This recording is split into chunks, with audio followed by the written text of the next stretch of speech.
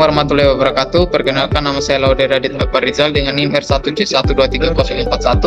Saya di sini akan membawakan materi terkait jenis fosil dan proses pemfosilan. Baik, langsung saja kita masuk ke materinya. Yang pertama itu, apa itu fosil? Fosil adalah sisa-sisa atau jejak makhluk hidup yang terawetkan dalam batuan sedimen.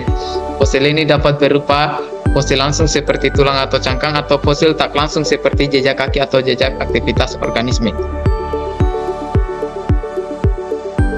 Subtopik yang akan kita bahas hari ini yaitu jenis-jenis fosil dan proses pemfosilan, kegunaan fosil, contoh fosil dari filum Arthropoda dan Echinodermata. Pertama, jenis fosil.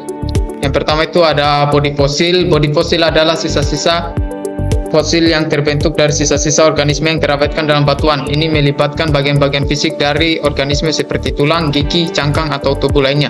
Bisa dilihat di sini ada fosil cangkang amonid, tulang dinosaurus, dan mamut.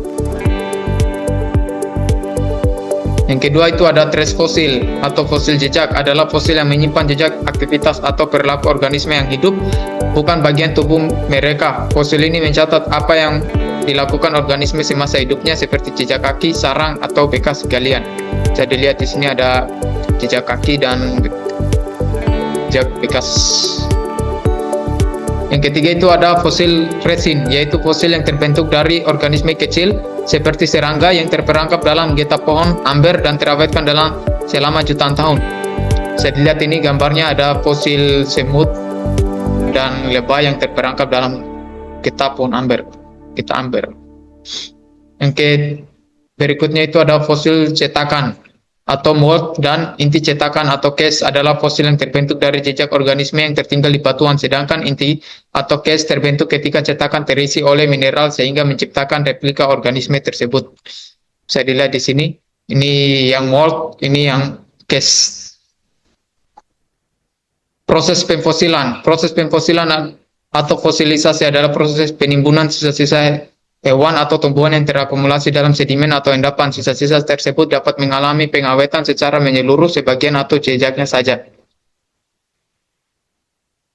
Ini bisa dilihat videonya, yaitu ketika organisme ini mati, maka dia tidak akan teruraikan dan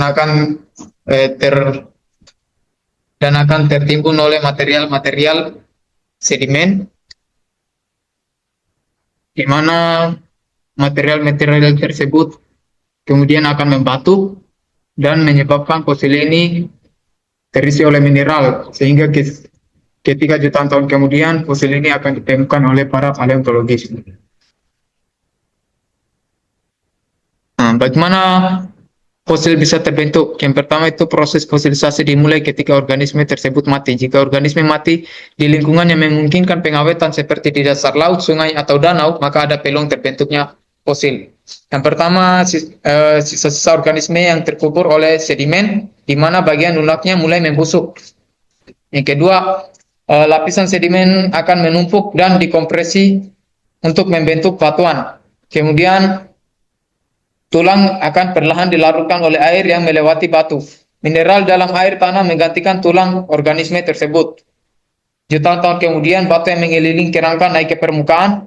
Erosi atau aktivitas manusia kemudian dapat mengekspos fosil tersebut. Lanjut, kegunaan fosil. Yang pertama yaitu dalam penentuan usia batuan atau stratigrafi. Fosil digunakan untuk menentukan usia relatif lapisan batuan dalam studi stratigrafi.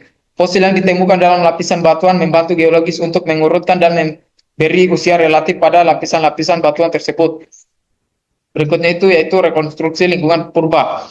Fosil memberikan gambaran tentang lingkungan purba tempat organisme tersebut hidup. Dengan mempelajari jenis fosil yang ditemukan di berbagai lapisan batuan, geologis dapat mengidentifikasi kondisi iklim dan ekosistem pada masa lalu. Yang berikutnya itu studi perubahan iklim. Fosil juga dapat membantu mengidentifikasi perubahan suhu global, keasaman laut, dan level oksigen pada masa geologis tertentu, memberikan gambaran tentang bagaimana iklim dan ekosistem bumi berkembang dari waktu ke waktu. Berikutnya itu untuk memahami evolusi. Fosil memberikan bukti langsung tentang organisme yang hidup di masa lalu, menunjukkan perubahan bentuk, struktur, dan fungsi dari waktu ke waktu. Dan terakhir sebagai sumber energi, fosil bakar seperti batu bara, minyak bumi, dan gas alam berasal dari sisa-sisa organisme purba yang terkubur dan mengalami proses geologi selama jutaan tahun. Masuk ke contoh fosil antropoda. Yang pertama yaitu ada Trilobita yang hidup pada periode Kambrium hingga Permian sekitar 521 hingga 252 juta tahun yang lalu dan merupakan salah satu bentuk kehidupan paling awal yang muncul di bumi.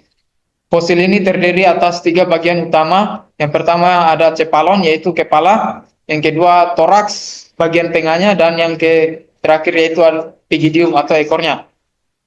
Berikutnya itu ada Eurypterid, adalah predator air purba yang hidup terutama di laut dangkal, laguna, dan sungai selama periode Silur hingga Permian sekitar 443 hingga 252 juta tahun lalu.